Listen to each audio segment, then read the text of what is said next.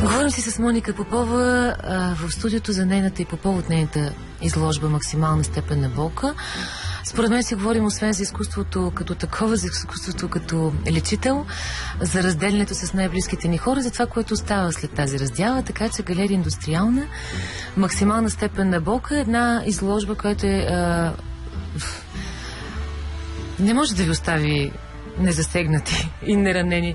Или, как да кажа, в моят случай имаше две неща. Не съм ми гледала още на живо, гледах само картините на снимка и обещавам да отида. Но имаше много болка и в същото време светлина, не знам как ми се получи. Има много движение. Имам чувство, че когато човек се разделя с много близък свой роднина, е хубаво и да го изпрати и да му пожелая много хубави неща в новото раждане. Да. И болката е толкова страшна, че в началото почваш да пиеш някакви медикаменти, само и само да не умреш. Следващия момент си кажеш, аз така пък не мога да продължавам, трябва да има и друг начин. И естествено, слава Богу, в моя случай изкуството ме спаси. Изкуството ти е спасяващо като цяло, защото това е момент, през който ли сме минали, ще минем. А има и движение, освен в самите картини, но имаш колела вътре в залата. Колела. Да, това с колелата е много комично и също време много емоционално, защото е свързано с моя съпруг и с моето семейство.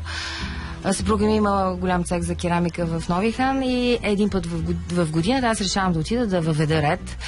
И също време там нарисувах две от картините си и въпреки това аз, влизайки в цеха, за да поразчистя, виждам в дъното на склада едно голямо количество колела, 30 на брой, които някои от тях са паднали, други са изправени, трети окачени, въобще мъка, трагедия.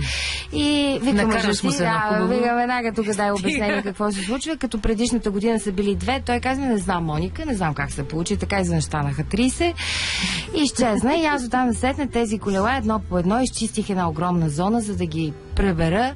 Сложих едно диванче и така един път на седмица той влизаше, аз му вада едно от тия колела, той го гледа и така на фона на всичките тия колела и моите картини, аз изведнъж реших, че това не е случайно с колелата. Освен това, те ми заприличаха особено когато ги подреждах и ги видях в склада, на едни паднали, изправили се почти полуумрели, полусъбудили се хора и реших, че това нещо ще го вкарам като акция без абсолютно, аз примерно ти кажа, че тия неща почти не съм ги мислила. Те просто някак така се случиха абсолютно извън мене.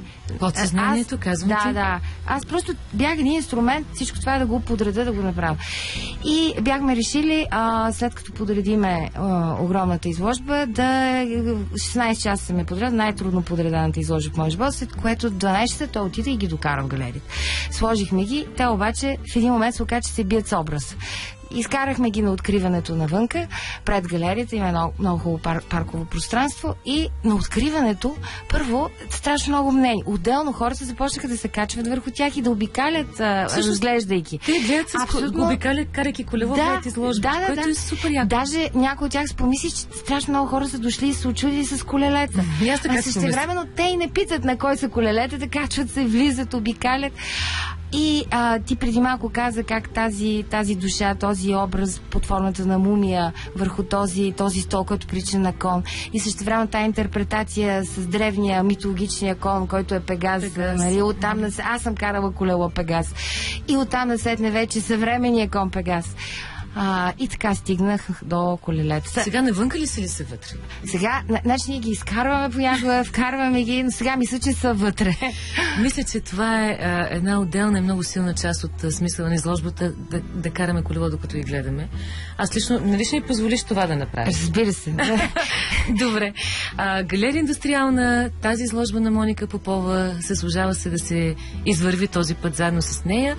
И сега да го питам за подсъзнанието, защото цял ден го изследваме по всички възможни начини. След теб тук има един психолог, консултант по спешни връзки, която Милена Родригес, тя говори за подсъзнанието в любовта. Много силна тема, според мен ще бъде страхотно интересна.